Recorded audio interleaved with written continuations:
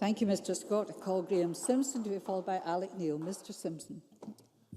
Thank you very much, Deputy Presiding Officer, and can I also thank Jamie Greene for bringing this debate to the Chamber.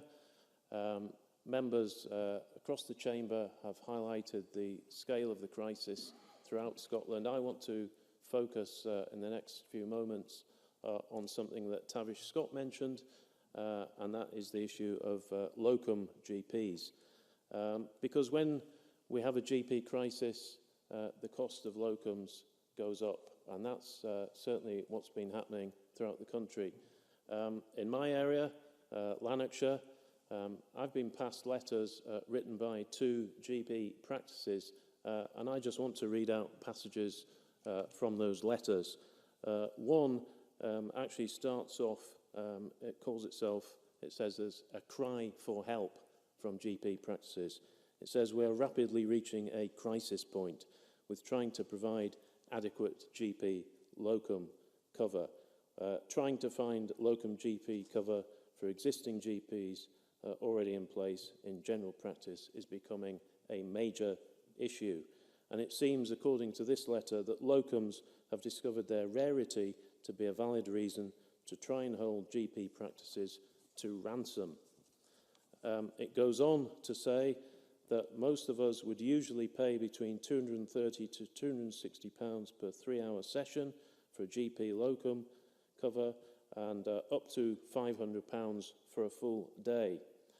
That has recently increased to up to £800 a day, quite a rise.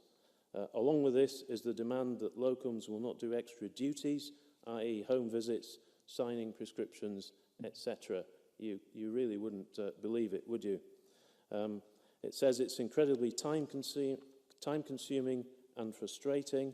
It goes on to relate a couple of instances of what locums have asked for. £650 per day to see no more than 30 patients with no additional duties.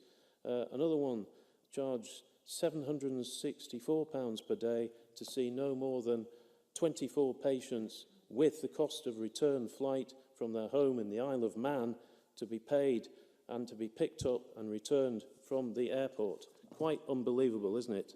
Another practice, a different practice, talks about the crisis in locum recruitment, calls it a source of stress and frustration, talks about the spiralling financial demands of locums, of refusing to undertake duties other than seeing the requisite number of patients in the clinic, therefore no house calls, no routine script signing, no emergencies, no results commenting, no handling of any correspondence. If that's not a crisis, I don't know what is.